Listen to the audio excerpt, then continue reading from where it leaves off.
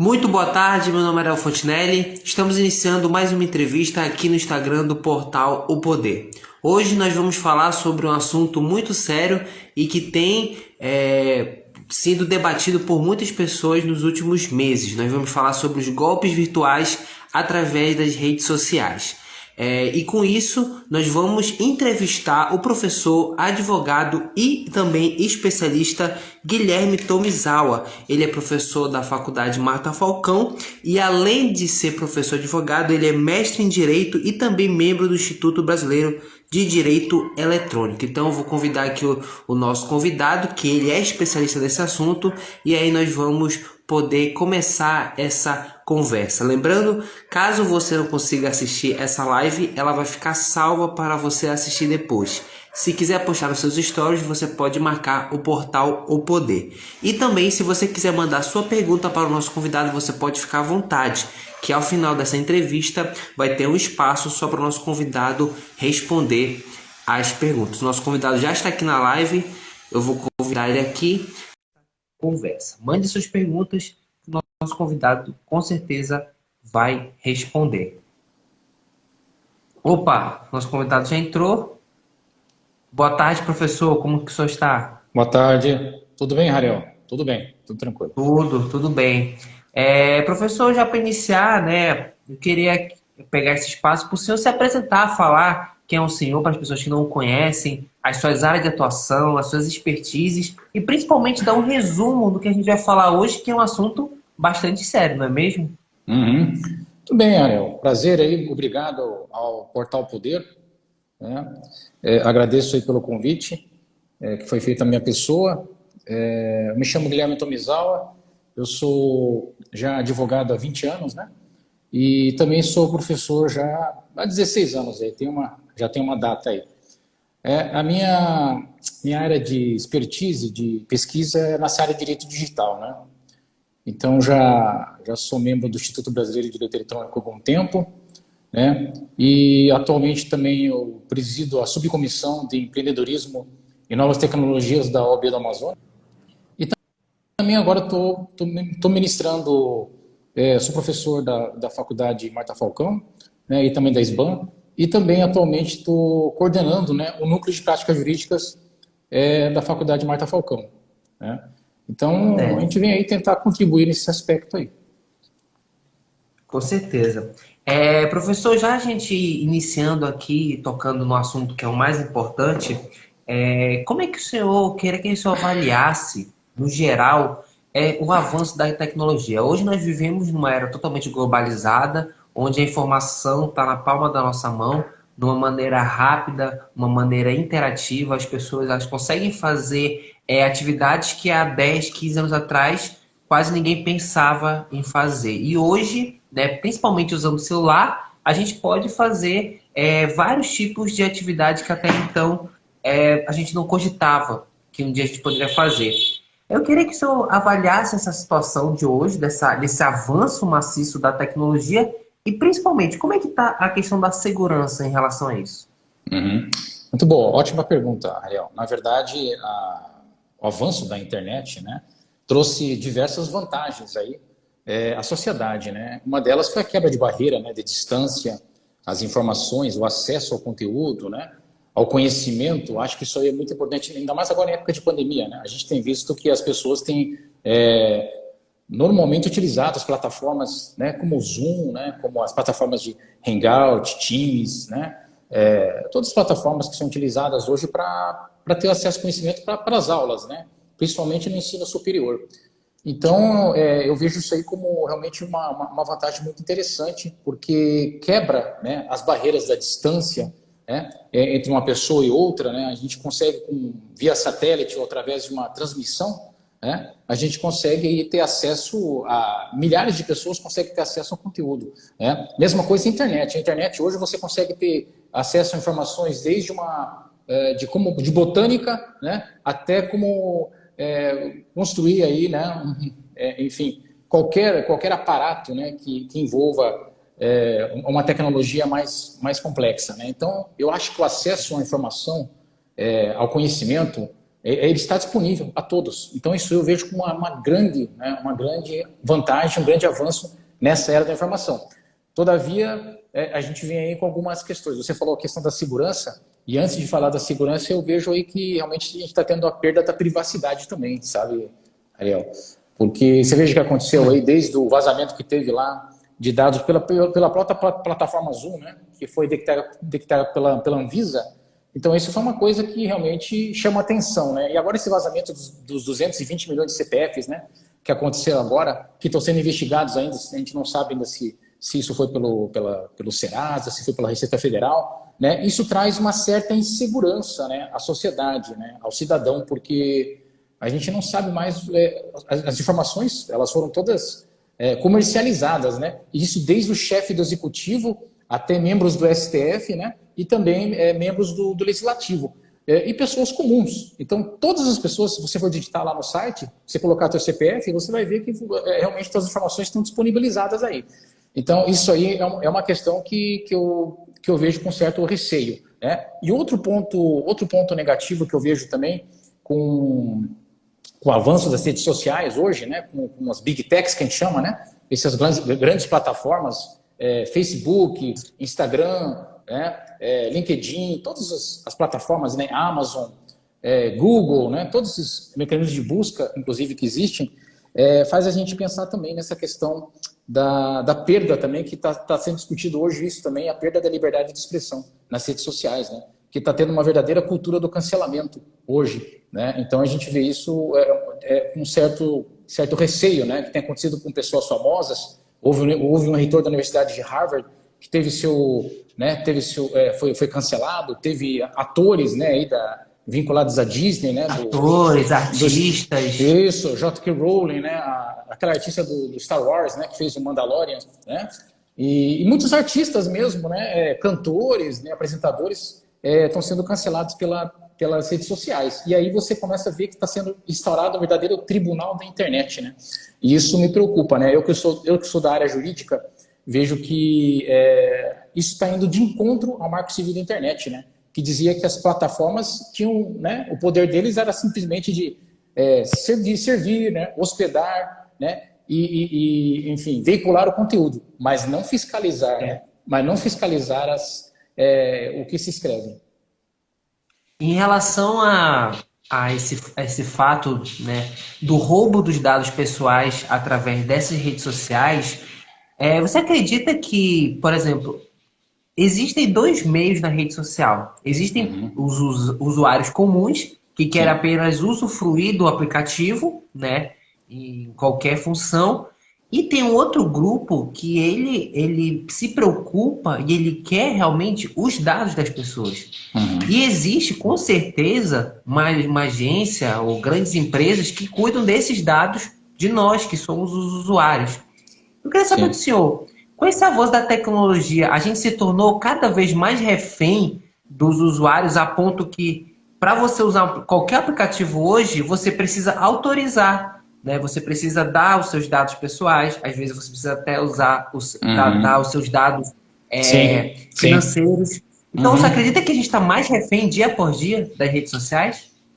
Veja só, Ariel, uma coisa importante, né? Nós tivemos o advento da Lei Geral de Proteção de Dados, né? Que começou a vigorar desde esse ano, não ainda por completo, né? Mas ela vem aí de uma forma para diminuir, né?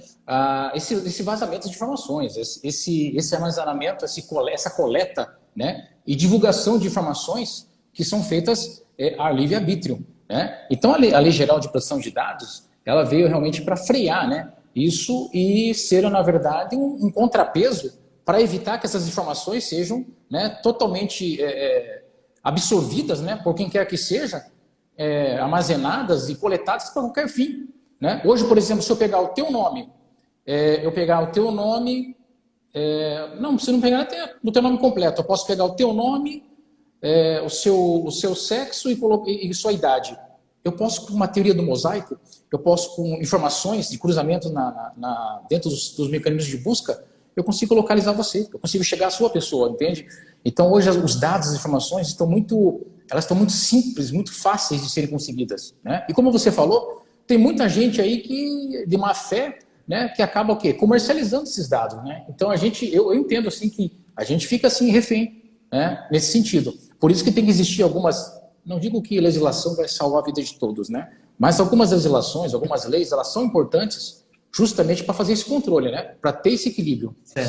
Senão a gente não vai ter mais esse equilíbrio. Em um release que a gente recebeu, professor, o senhor usou um termo eu achei bastante interessante, eu até destaquei, que é sobre o cuidado que o usuário tem que ter. E aí o senhor citou que é a famosa engenharia social. O que Certo. seria essa engenharia social? Eu queria que o senhor explicasse o que seria isso e Sim. por que nós, que somos usuários, nós precisamos ter mais cautela em relação às redes sociais. Isso agora aconteceu com a autorização do Banco Central, né? Agora é dia 30 de março, para as transações bancárias via WhatsApp, né? Com esse aplicativo chamado Facebook Pay, né? Que ele é uma Uhum. espécie de iniciador de transações, né? Que você vai poder fazer depósitos, transferências, né? E saque sem cartão de crédito. Olha que coisa incrível, né? Saque sem cartão de crédito. Você já imaginou, já tinha imaginado acontecer um dia isso, né? Você chegar no banco e sacar só fornecendo a sua senha que você conseguiu, né? Através de um chatbot, né, através de um programa de inteligência artificial que o próprio banco, né, vincula você, você vai pegar o telefone. E é importante isso aqui, viu, Ariel? Você pega o telefone com o seu gerente, uma pessoa da sua confiança, tá? Você não vai pegar qualquer lugar. Vai pegar do site realmente que tem uma confiança. Normalmente os sites têm um cadeado ali, sabe, dizendo que é um internet security, né? Tá? Mas até isso eles burlaram já. Mas enfim, você vai ter um cadeado, né, de segurança para dizer que o site é mais confiável. Você vai conversar diretamente com o seu gerente para pegar o telefone do banco. Pegando o telefone do banco, você associa ele ao WhatsApp, né? Aí sim você vai começar a utilizar, né, o aplicativo, tá? Que é esse Facebook Pay, que vai fazer essas transações. Aí você passando esses dados para essa agência bancária, né, através desse programa de inteligência artificial, ele vai te fornecer uma senha. Com esta senha em mãos, você vai lá na agência bancária e faz o saque do dinheiro. E alguns bancos, né, por exemplo, o Banco do Brasil, ele chega ao valor de limite de R$ 300 por dia, né? Então, só para te citar um exemplo, né, dessas ferramentas. Agora, a tua pergunta, por que a gente tem que ter preocupação com a tal da engenharia social? A engenharia social já é utilizada de longa data já, Ariel. Muito tempo já é que ela existe. O que seria isso? É a falha do próprio ser humano, né? Por isso que chama social, engenharia social, está ligada à sociedade. Então eu começo a falar com você e falo assim, Ariel, você costuma botar o que nas senhas de banco, né? Vamos supor que a gente fosse amigos. Aí você fala assim, Uhum. Guilherme, eu costumo colocar data de aniversário, eu costumo colocar a placa do meu carro, entendeu? Eu costumo colocar telefone celular. Olha só, quando você vai passando essas informações aí para o espertalhão, né? Aí para o meliante que a gente fala, né? O criminoso virtual, que é o cracker, né? Ele já está pescando as informações com você. Ele vai buscando. Pode ser pessoalmente, como pode ser aqui numa live, né? Como pode ser por telefone. E ele vai pegando essas informações com você. Tá? Pegando essas informações, ele vai detectar pontos frágeis. E ele pode, inclusive, com essas informações que você passa de senhas, agência bancária, né? Nome do banco, ele consegue o quê? Ele já consegue detectar algumas entradas, né? Ele vai conseguir já ver algumas vulnerabilidades, né? Inclusive físicas, né? Não são nem vulnerabilidades tecnológicas, né? Não são barreiras tecnológicas, não são Uhum. obstáculos tecnológicos, É. mas eu pego essas informações com pontos fracos que você está me passando, né? E eu consigo chegar, né, na senha. E eu consigo o quê? Entrar na tua conta bancária através dos dados que você me passou de forma inocente. Então, realmente, isso acontece, às vezes as pessoas, elas nem se dão conta do quão arriscado é passar esse tipo de informação. Sim. E já só complementando, eu queria perguntar do Uhum. senhor, quando o usuário recebe uma notícia de alguma mudança, principalmente que vai facilitar a sua vida, você Uhum. acha que as pessoas ficam mais vulneráveis a cair em uma possível armadilha virtual? Com certeza, tem acontecido direto, né? Inclusive, Ariel, tem acontecido com o Pix, né? Sabe o Pix, né? Então, com o advento do Uhum, sim. Pix, isso aí ficou uma coisa muito evidente. Olha, os caras, quando são para ser criativos, o brasileiro é muito criativo, tá? Infelizmente, usa a criatividade para o mal. Então, o que acontece? Ele pega e cria. formas pelos comunicadores instantâneos de mensagem, tipo WhatsApp, né, Telegram, né, Signal. Ele vai lá e te manda lá um QR Code. Né? Hoje, as formas de conseguir essas informações, esses dados, estão cada vez muito mais criativas, muito mais modernas. Eles fazem de uma forma que realmente você engana. E olha, engana advogado, engana técnico da informação, tá? Engana muita gente. Eu lembro disso lá na década, quando na virada do terceiro milênio, lá em 2000, eu quase caí num golpe bancário desses, né? Que você tinha que atualizar. Eu entrava dentro eu recebi um e-mail, né? Foi aqueles scams que falam, né? Que é tipo um spammer. O cara te manda uma propaganda, só que não é uma propaganda simples. Ele te manda um e-mail com um intuito malicioso. E você vai lá e digita. Entra no link e vai falar lá, digite seu banco. Aí você digita. Digite sua agência. Você digita. Digite sua conta bancária. Você coloca. Agora digite sua senha. Aí você vai lá e coloca. Você está dando todas as informações, né, para esses hackers do mal, vamos dizer assim, né? E eles, cara, eles vão pescando essas informações e vão colocando, tá? E vão alimentando. Exatamente, né? Então, eu quase fui vítima de um caso desse. Então, as pessoas, mesmo as mais cuidadosas, mais zelosas, mesmo que tenham conhecimento, estão caindo nesses golpes, né? Inclusive quando vem pelo WhatsApp. Então, eles estão sendo muito criativos, tá? Estão utilizando ferramentas assim, e pessoas assim, sabe? Eu estou até desconfiando aqui. Eu acho que são pessoas que até trabalham nos bancos, sabe? Tem muita... isso tem, né? O grupo de atividades do crime organizado, né? Consegue detectar, inclusive, quadrilhas funcionando nos próprios bancos. É superintendente, gerente de banco. Então, o que acontece? Os caras porque os golpes que eles estão fazendo nas pessoas, eles são muito técnicos, são muito específicos, entendeu? Inclusive utilizando o simulador de inteligência artificial. Os caras estão usando, inclusive, chatbots já. Aí você vai conversando, digite 1 para a conta corrente, né? Digite 3 para saque, digite 5, quer dizer, eu tenho analisado na internet, né, as pessoas que caíram em golpe e tal, e as notícias, né, que saem na televisão, você vê que realmente é muito inventivo o ser humano. E as práticas estão sendo utilizadas, né, para se atingir esse desiderato, inclusive obter, né, vantagem patrimonial das pessoas, está sendo cada vez mais comum, né? E as pessoas estão caindo porque os golpes são muito bem elaborados. Elaborados. E professor, em relação ao Pix, quando o Pix foi criado, pelo que eu vi, houve uma banalização da divulgação do Pix. Como as pessoas sabem, né, tem as chaves do Pix, aí você pode botar o número do seu telefone, Perfeito. o CPF, o CNPJ, o e-mail. E pelo que eu vi, muitas pessoas estavam usando de forma meio que recreativa o seu número de Pix, que deveria ser um número que você só deveria divulgar no momento da transação, divulgando através das redes sociais como se fosse qualquer número. Quando a pessoa faz isso, ela está como se expondo na internet, e a internet é como se fosse não sei se a expressão é campo sem lei, terra sem lei. Não, terra sem lei. Isso aí é uma falácia, né? Não existe terra sem lei. Então...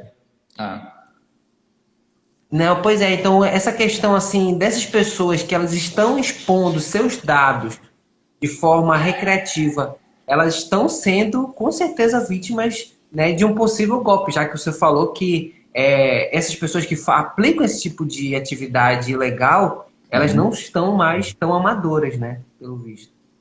Não, está sendo uma prática comum, inclusive o Pix, como você falou, Ariel, as pessoas têm fornecido, né, como você falou, CPF, CNPJ, né, e-mail, número de celular, e as pessoas vão fornecendo como se realmente não fosse nada, né? Mas eles não se dão conta que estão fornecendo dados pessoais, né? Dados pessoais. Inclusive alguns dados aí que classificado até pela LGPD, né? Às vezes você pode estar fornecendo até um dado sensível sem saber, né? Preferências ideológicas, políticas, religiosas, sexuais, né? Então, são informações que, de repente, não poderiam nem estar sendo veiculadas. É claro, isso não acontece no Pix, mas, assim, a gente vê muitos fichários, muitos cadastros que são realizados online que buscam informações que são irrelevantes, né? Por que aquela empresa quer saber qual que é o tipo sanguíneo seu? Por que ela quer saber, né, o nome do avô paterno, né? Por que ele quer saber qual é o seu título de eleitor? Qual é a relevância, né, de saber essas informações? A gente tem que saber para que está sendo utilizadas nossas informações. E essa é uma das questões da transparência, né, da publicidade dos atos é uma preocupação muito grande e a finalidade, né, que a Lei Geral de Proteção de Dados Pessoais tem visto, né, nessa questão. Ela quer saber para que está sendo utilizada aquela informação, né? Para qual que é o fim? O fim já foi consumado? Então tem que continuar com esse cadastro? Esse banco tem que ser eliminado ou não? Vai ficar ad eternum, né? Então são essas questões que nos preocupam atualmente, né? Certo. Professor, o senhor tinha citado agora a questão do Zoom, do vazamento de dados. Eu Uhum, acabei de lembrar eu esqueci o nome do aplicativo agora, que era aquele uhum. aplicativo que fazia mudança visual na pessoa, né? As pessoas ficavam um pouco mais Ah, sei, velhas, sei, sei, sei, um pouco sei. mais novas. Uhum, E quando você usava o aplicativo, você achava que o aplicativo era um aplicativo totalmente inocente e inofensivo. Só que uhum, aí, depois de muitas denúncias, né, as pessoas estavam afirmando que esse aplicativo que aparentemente era inofensivo estava pegando todos os dados das pessoas. uhum. Professor, eu estava lendo aqui, vi que no primeiro trimestre desse ano teve uma alta na onda de ataques cibernéticos, principalmente nessa questão da transição financeira através desses aplicativos, principalmente o WhatsApp, né, que foi ativado agora. Uhum. E teve um aumento de 241%.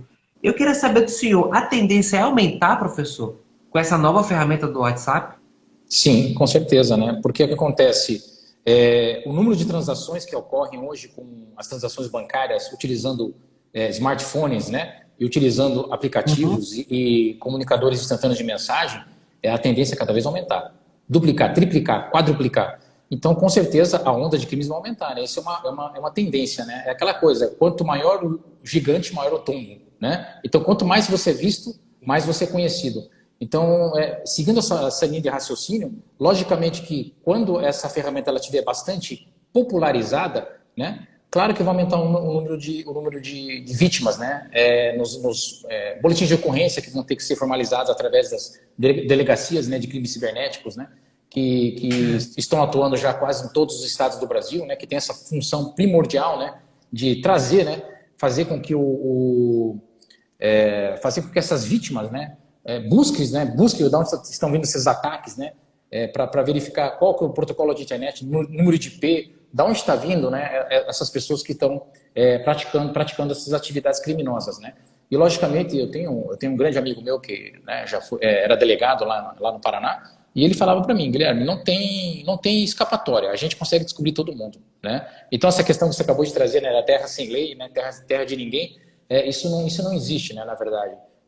Inclusive, esse meu amigo ele tem expertise na área de informática, né? Então, ele não só conhecia a área do direito, como ele conhecia a área técnica. Então, como você conseguir aliar as duas áreas, a área jurídica com a área técnica, dificilmente você consegue não descobrir, né, de onde veio aquele ataque.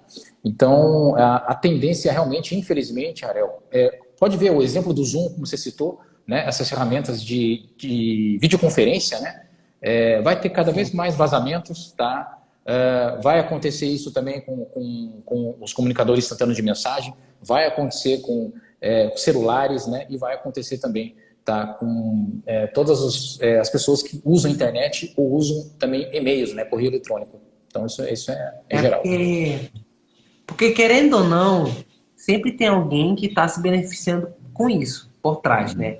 Nessa, nessa, nessa conquista, né? De pegar esses dados pessoais de muitas pessoas. Com certeza deve ter uma pessoa, uma empresa, um grupo que está ganhando muito com isso, né? Levando em conta Uhum. que a informação, a guerra de dados, hoje, ela ultrapassa qualquer limite, né? Interpessoal. Estou falando de Uhum. governos, estou falando de países, agências de espionagem, né? Já teve Sim, escândalos sim. por aí, né?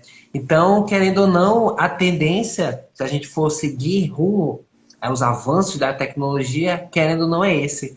E em Uhum. relação à prevenção, professor, vamos supor que eu fosse vítima de um golpe virtual. Qual é o procedimento? O que Uhum. que eu deveria fazer caso eu sofresse esse tipo de crime? Bom, a primeira coisa que eu aconselho para as pessoas é a mesma aconselhamento que eu dou no mundo real, né? Não conversar com estranhos, né? É aquela velha história que os nossos pais falam, né? Não aceite doce de estranhos. É a mesma coisa, né? Você vai fornecer seu cartão de crédito para um estranho?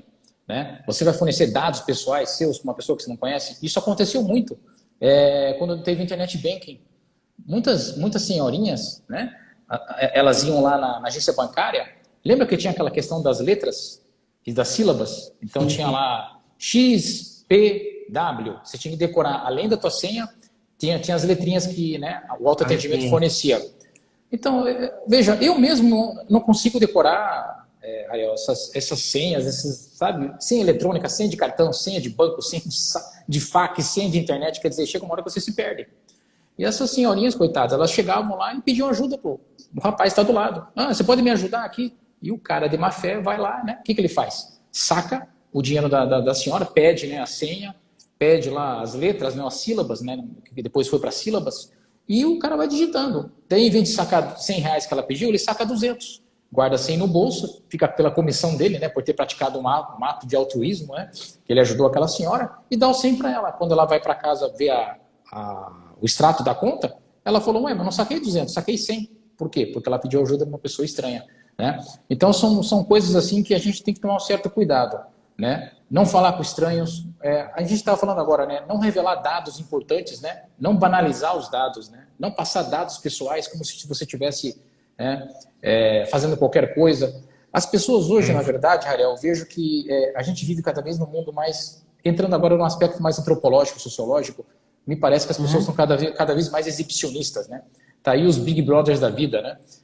Então as pessoas parecem que não estão mais querendo mais os 15 minutos de fama, eles querem os 15 minutos, né, de privacidade, né? Porque de tanto que virou um produto escasso e raro, né? As pessoas não têm mais privacidade. Só que, ao contrário disso, inclusive até escrevi um artigo sobre isso, tem pessoas que trabalham ao contrário. Elas querem evadir a privacidade delas, elas querem se exibir, né? Então eu tenho aí um cunho voyeurista, né?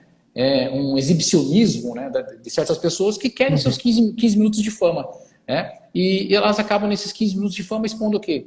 Imagem, né? Expondo a sua vida privada, a sua honra, né? Por exemplo, a questão que... Você lembra daquele joguinho Pokémon GO? Lembra do joguinho? Sim, sim. Esse Inclusive eu jogo... até joguei na Não, época. também joguei, eu também era viciada nesse negócio. E rapaz, isso aí, a CIA, você acredita que a CIA e a FBI estavam investigando esse joguinho? Esse joguinho inocente? Com Porque certeza. o que ele fazia, né? Ele tinha era da Niantic, né, com a Nintendo. Eram duas empresas, né, que criaram esse jogo. E esse jogo era uma novidade, que você se interagia, né, na rua, né? Interagia. Na tua Conexão casa. com a localização, né? Você estava Perfeito. na rua e... Aí você expõe a tua casa, né? Você expõe os teus cofres, as tuas câmeras, né? Expõe o sistema de segurança da tua residência, os bens que você possui, né? Aí quando você ia caçar não tinha os Pokestations que você ia caçar as bolas, né? Pois ele está marcando o teu itinerário. E daí ele traça a tua rota de consumo, né? Ele não só de consumo, mas ele sabe a sua rota, né? A sua origem e o seu destino. Ele sabe de onde você vai e para onde você vai, né? E se você olhar os termos e condições, política de privacidade, daquele contratinho inocente, daquele joguinho, vai falar lá que você está abrindo mão da tua imagem, da tua voz, da tua privacidade, entendeu? Da tua intimidade. Geralmente ninguém lê isso, né? Não, Só aceita. ninguém lê isso. Todo mundo quer jogar, ninguém quer saber disso, né? Então, num joguinho inocente como esse, Ariel, você vai ver aí, né? Que inclusive foi investigada por uma das maiores agências, né, aí dos Estados Unidos, né, justamente por tá violando a privacidade das pessoas. Certo. Em relação a isso, professor, em relação a esses aplicativos, jogos que aparentam ser inocentes, como é que funciona a questão da justiça? Qual o papel da justiça, principalmente no âmbito virtual, cibernético, em relação à fiscalização? Porque, como eu falei antes, né, com certeza tem alguém muito grande ganhando com isso. Qual é o papel da justiça em relação a isso? Como é que ela age para cada vez mais esses números de golpes diminuírem? Porque a gente sabe, um aplicativo como o Pokémon GO deve ter batido já milhões de downloads, né? Sim. O WhatsApp, então, nem se fale. Como é que a gente pode, ao mesmo tempo, fiscalizar e principalmente se prevenir em relação ao aplicativo que a gente sabe que ninguém vai parar de usar. Por exemplo, o WhatsApp eu não vejo ninguém parando de usar. A não ser que Uhum. criem um novo aplicativo tão inovador e tão revolucionário quanto. Como É, é e que você funciona vê, o papel da justiça em relação a isso? e aí você vê que o WhatsApp fala, né? Agora nós vamos pegar esses dados, agora vocês vão ter que, nós vamos recrudescer os termos, né? Nós vamos deixar a coisa mais, né, mais É, complicada. E as pessoas não estão nem aí, elas aceitam e confirmam, entendeu? Elas não estão muito ligando para a privacidade delas, não ligam para isso. sim. O problema aqui, Rael, que não é a justiça. O que ela vai poder fazer? Ela vai ser só um balizador para que quando a pessoa entra com uma ação, por exemplo, que nem aconteceu aí com essa questão do vazamento, né? Você tem que descobrir quem Uhum. foi que vazou. Quem foi o hacker que foi lá, né, e fez esse vazamento de dados. Se você descobrir isso, cabe as medidas judiciais cabíveis de direito. Né? Então você vai entrar com uma ação indenizatória contra a pessoa que fez esse ato. Isso é uma coisa. Mas daí o juiz só vai entrar, né, o Poder Judiciário só vai poder agir ou entrar se ele for provocado. Entendeu? Né? Então tem que ter uma pessoa que vá lá e provoque, né, o Poder Judiciário para quê? Para que traga, né, traga uma resposta ao que aconteceu com ele, né? Traga uma resposta pela invasão que ele sofreu, traga uma resposta pelos dados deles que foram vazados, né? Então, então isso vai depender, isso não é uma não é uma via de mão única, né? Na verdade, é um conjunto de fatores que vai ter que fazer parte disso. Então, a sociedade tem que participar disso, né? Buscar mais os seus direitos, né? Buscar lá os advogados ou a defensoria pública, né? Para ir atrás disso. Né? Por exemplo, nós temos lá o nosso núcleo de práticas jurídicas na faculdade, né? Que a pessoa pode ir lá e nós temos o escritório modelo e a pessoa, né, que recebe até 2 salários pode chegar lá e tirar suas dúvidas e buscar uma ação. Né? Não só tirar dúvidas jurídicas, mas ele pode mover uma ação judicial gratuitamente, em qualquer ramo do direito, entendeu? Então, existe aí, então, a sociedade tem que conhecer mais, saber mais das leis, né? Entender mais.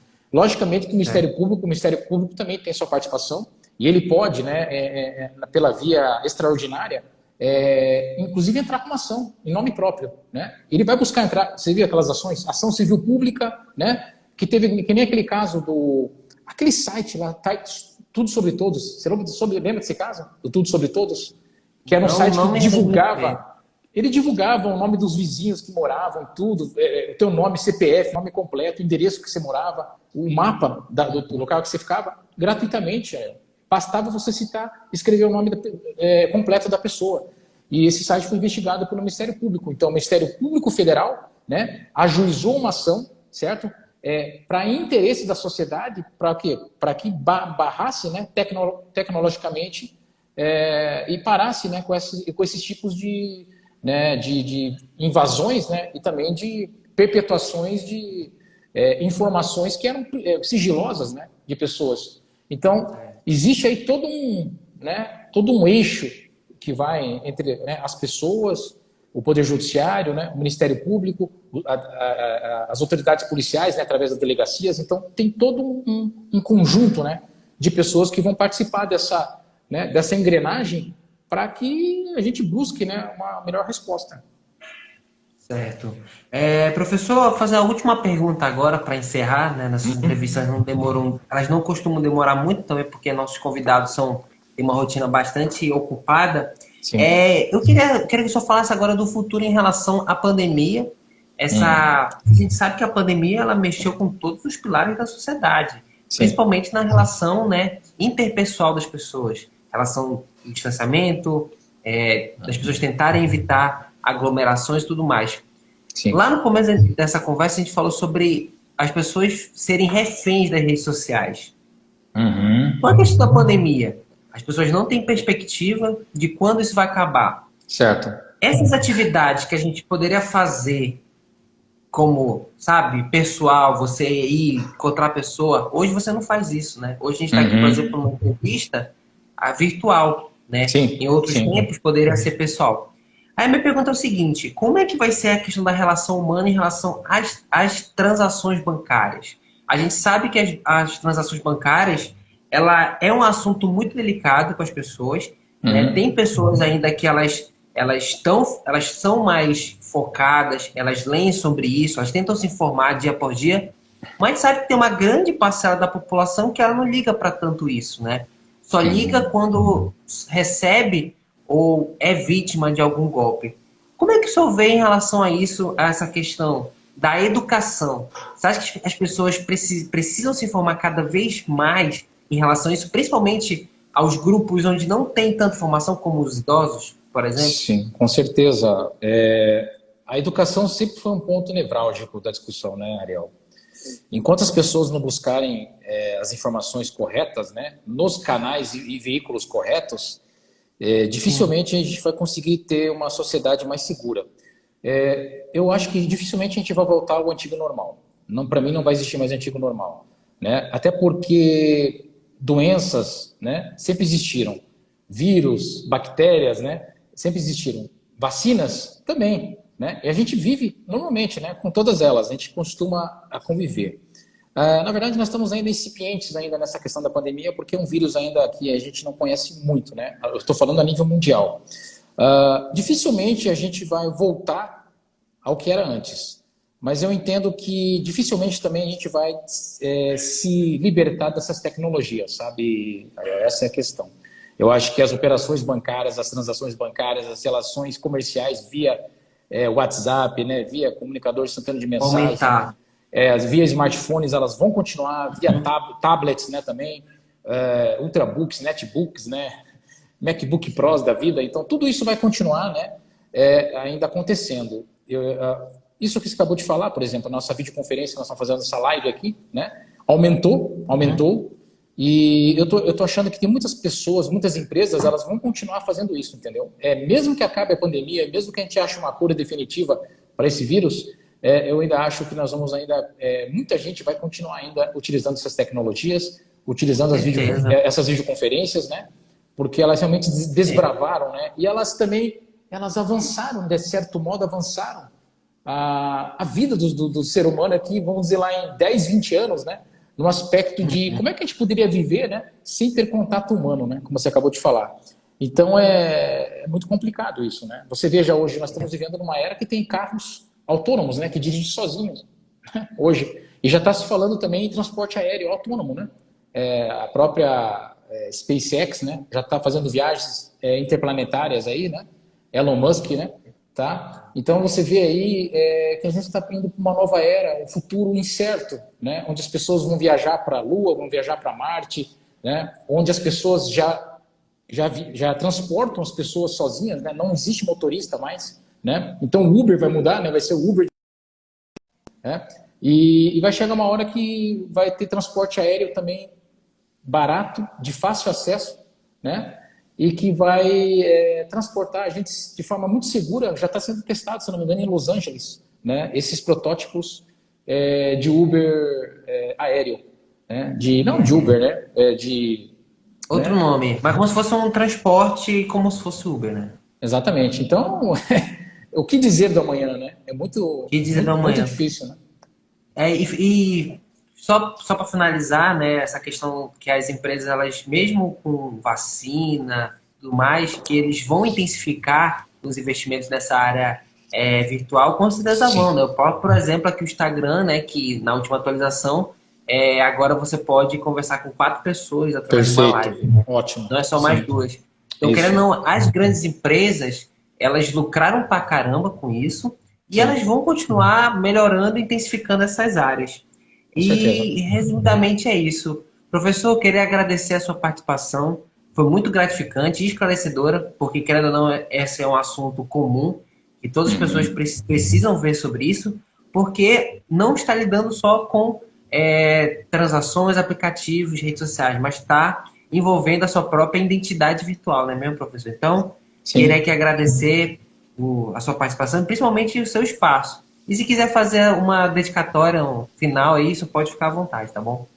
Então, eu agradeço aí a todos os ouvintes do Portal Poder, né, todos que assistiram a gente, que vão assistir a gente na live, né, se ela for aí, se ela ficar no IGTV aí, né, Sim, ela vai ficar salva. vai ficar salva, né? E agora Vai. agradecer também ao meu amigo Walter, né? O Walter, né, que indicou aí a gente aí para conversar, né, para fazer essa live. Eu agradeço muito aí a iniciativa dele de ter indicado a gente para a gente conversar um assunto tão atual, né, tão importante como as fraudes bancárias, né, e os golpes que têm acontecido ultimamente aí nessa nova era da informação. É isso aí. Então é isso, gente. Caso você queira assistir a live vai ficar salva. Se quiser marcar tanto o Portal Poder quanto o Instagram do professor Guilherme, você pode marcar, tá bom? Caso você quiser tirar alguma dúvida, pode mandar pergunta para o professor em relação a esse tema e aos outros temas em relação a esse mundo eletrônico, né, que muitas pessoas usam, mas não conhecem os perigos que existem. Então, professor, Sim. muito obrigado. Uma ótima tarde, uma ótima aula também. Sei que o senhor vai ter aula aí, tá bom? Tudo E bem. quem sabe aí na próxima a gente conversa mais sobre isso, tá bom, professor? Muito obrigado. Obrigado, Ariel. Um abraço a todos. Valeu, obrigado, gente.